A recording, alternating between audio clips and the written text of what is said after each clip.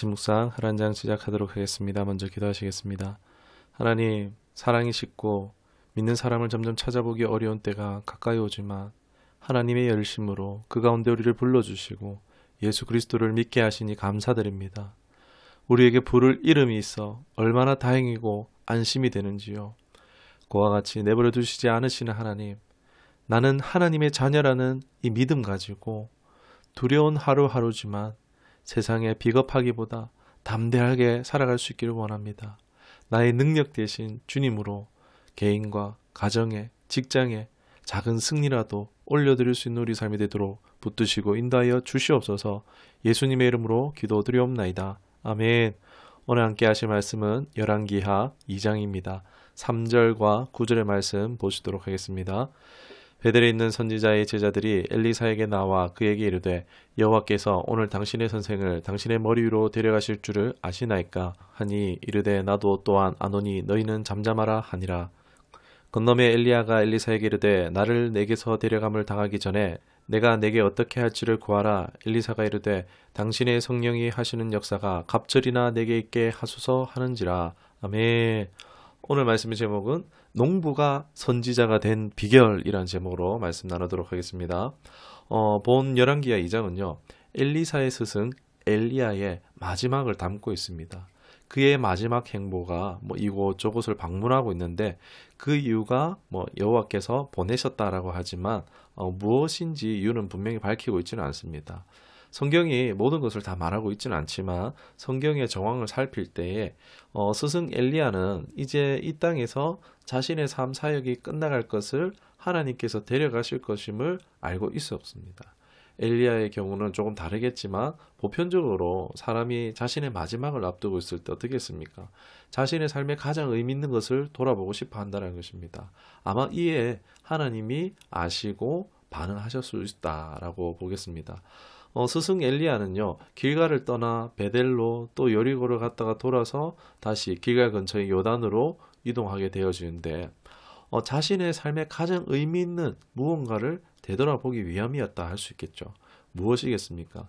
성경이 다 기록하지는 않았지만 이 정황을 보면요, 이 스승 엘리야는 이전에 이제 하나님의 말씀을 선포하는 선지 학교를 이곳 베델과 여리고에 세워 차세대의 영적 지도자를 양육했었던 것으로 보입니다.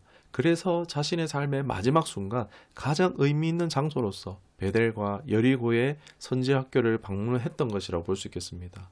자신의 삶에 가장 의미 있는 것, 믿음으로 싸워서 승리했던 그런 업적들이 아니라 소소하지만 하나님을 전하고 가르쳤던 그런 활동들을 가장 가치 있게 여겼다라고 할 수 있겠습니다. 여러분, 우리의 삶의 마지막 순간이 올 때 여러분 무엇을 의미 있게 여기시겠습니까? 자신을 한번 돌아보는 시간을 가져도 좋을 것 같습니다. 다시 말씀의 정황을 살펴보면은 이 베델과 여리고에 갈 때마다 거기 있던 선지 생도들이 등장해서 이 제자인 엘리사에게 질문합니다. 오늘 당신의 선생을 데려가실 줄 아십니까? 라는 묻는 장면들이 이제 두 곳 다 똑같이 나옵니다. 이들의 질문에 그때마다 제자 엘리사는 생도들을 향해 그저 나도 아니깐 잠잠하라 라고 말하고 있습니다. 여러분, 엘리사가 그들에게 잠잠하라 한 이유가 뭘까요? 자신은 몰랐는데 기분 나빠서? 그러진 않았겠죠. 이야기 속에서 엘리사의 태도는요, 사뭇 진지하다라는 것을 엿볼 수 있습니다.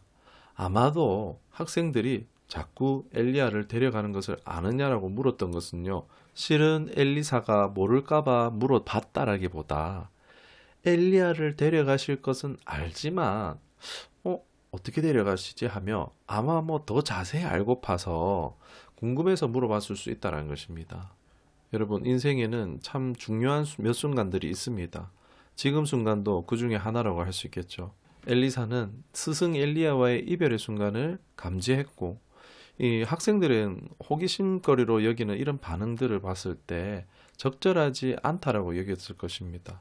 엘리사는 하나님의 뜻에 대한 경외심을 가짐으로써 하나님의 뜻을 이해하려고 하기보다 잠잠히 바라봄으로써 인내하며 기다리는 것을 보여줍니다. 예레미야가 3장 26절에도 사람이 여호와의 구원을 바라고 잠잠히 기다림이 좋도다. 아멘.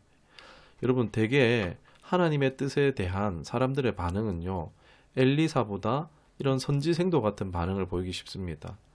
자신이 하나님의 뜻을 안다는 것을 은근히 나타내기를 좋아하고 또 하나님의 뜻을 완전히 이해하기를 원한다는 것입니다. 그러나 하나님의 뜻은 늘 그렇지만 이해할 수가 없을 때가 더 많죠. 이런 경우 이해되지 않을 때에 방황하거나 반항하거나 불쾌한 반응을 보이기도 합니다. 저도 스스로 성경을 묵상하며 하나님의 뜻을 안다고 막 착각할 때가 많습니다. 그러나 이해하지 못한 게 더 많죠. 훨씬 많죠. 사랑하는 사람들을 왜 이렇게 빨려 데려가시는지 아직도 이해할 수 없는 부분이기도 합니다. 하나님의 뜻을 우리가 다 알고 이해하는 날이 과연 오겠습니까? 살아서는 결코 그렇지 않을 것 같습니다. 고린도전서 13장 12절에 우리가 지금은 거울로 보는 것 같이 희미하나 그때는 얼굴과 얼굴에 대하여 볼 것이요 지금은 내가 부분적으로 하나 그때는 주께서 나를 아신 것 같이 내가 온전히 알리라. 아멘. 아마 평생 하나님의 뜻을 어렴풋이만 알고 평생 다 이해하지 못할 일이 많을 것으로 여겨집니다. 그러나 결국은 예수님과 대면하는 날에 모든 것을 밝히 알겠지만 분명한 것은 하나님의 뜻은 우리의 이해나 납득되어야 하는 것이 아니라 하나님의 뜻이 주어졌을 때에 엘리사처럼 경외함으로 잠잠히 하나님께 집중하며 목도하는 것이라고 할 수 있겠습니다. 엘리사는 이해하려기보다 그저 따르는 사람이었죠. 그가 여러 소를 가진 부농이었지만 엘리야가 불렀을 때도 하나님의 섭리에 따라 나섰던 것처럼 말입니다. 오해 말 것은요. 교회에서 사역자가 무조건 시키면 하나님의 뜻이니까 따라야 한다 이런 말을 드리는 것이 아닙니다. 진지한 하나님에 대한 열망과 이 경외심이 있을 때 어떠한 상황이든 하나님을 경외함으로 받아들이고 따를 수 있다는 것입니다. 엘리사가 엘리사됨의 비결은요. 하나님을 경외함에서 비롯된 것이라 할 수 있겠습니다. 하나님의 섭리에 대한 태도는 하나님에 대한 나의 경외함의 유무에 따라서 다른 양상을 보여줄 수 있다는 거죠. 우리의 신앙이 깊어지는 것은 많이 안다고 뭔가 많이 배웠다는 것이 아니라 철저히 경외심에서 성숙과 미성숙의 반응을 보일 수 있다는 것을 이 장면이 말해준다라고 할 수 있겠습니다. 이제 정말 엘리야와 엘리사의 이별의 순간이 다가옵니다. 엘리야는 계속 엘리사를 떼놓으려는 모습을 보이죠. 그 이유도 성경은 말하지 않습니다. 다만 엘리사의 신실함과 사랑에 대한 시험이 아니었을까 정도로 생각해 볼 수 있겠죠. 요단에 와서야 스승 엘리야는요. 드디어 엘리사에게 네가 뭘 원하냐 질문하게 되어지고 제자 엘리사는 엘리야의 갑절의 영감을 구한다고 달라고 구합니다. 엘리야도 그건 어려울 수 있다라고 합니다. 그러나 곧 제안하기를 자기가 하나님께 부름받을 때 보게 되면 이루어질 것이라고 합니다. 여러분 여기서 엘리사가 왜 갑절의 영감을 달라고 기도했을까 질문하게 되어집니다. 교회에서도 갑절의 영감, 7배의 영감을 달라는 기도 제목을 들어보셨을 것입니다. 보통 이런 기도의 의도는 뭐죠? 사역을 잘 하기 위해서 능력으로 많은 사람들을 주께로 불러 모으기 위해서라고 할 수 있겠죠. 능력이 나타나면 사역이 그만큼 쉬워지니까 부흥하기도 쉬우니까 라는 점도 분명히 있습니다. 그러나 엘리사가 그런 이유로 갑절의 영감을 구했을 것 같지는 않습니다. 엘리야와 같은 영감만 구하더라도 됐을 것인데 왜 갑절일까요? 2배 잘 사역하고 2배 더 영광받고 유명해지려고 아니겠죠. 아마 엘리사는요.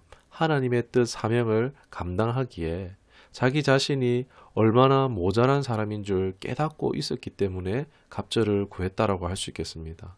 여러분 그는요 농부 출신입니다. 선지자 학교가 있는데 그 선지자 학교 출신이 아니라는 것입니다. 분명 선지 학교를 같이 방문하면서 자신과 적지않게 뛰어난 사람들을 보았을 것입니다. 우상숭배가 만연한 시대, 어둠이 가득한 가운데 하나님의 부르심이 있었지만 그와는 별개로 자신의 부족함을 한없이 절감한 데서 갑절의 영감이 없으면 도무지 감당할 수 없겠다라는 이 갑절의 영감이 있어도 쉽지 않겠다라는 마음이 그 안에 있었을 것이라 라고 묵상이 되어졌습니다. 엘리사는 하나님을 경외함과 더불어 겸손했던 사람이었다는 것입니다. 여러분 바로 이 차이가 스승 엘리야에게서 수확한 선지 생도들 중에서 후계가 나온 것이 아니라 이들에게 어쩌면 호승심 비슷한 게 있을 수 있겠죠.